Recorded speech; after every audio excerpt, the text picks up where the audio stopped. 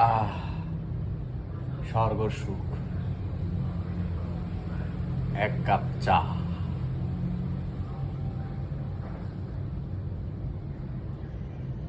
কবি বলেছেন, সরি মুজিবুর রহমান বলেছেন, সরি শেখ মুজিবুর রহমান বলেছেন, তোমরা চা খাও কিন্তু বিড়ি খাও না।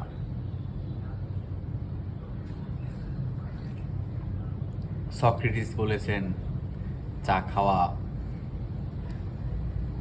স্বাস্থ্যের জন্য অনেক অনেক উপকার। হুমায়ুন আহমেদ বলেছেন যে তোমরা শরীর পিছে না ঘুরে চা খাও। আর আমি বলি আমার ঘুম আসে, এজন্য আমি চা খাই।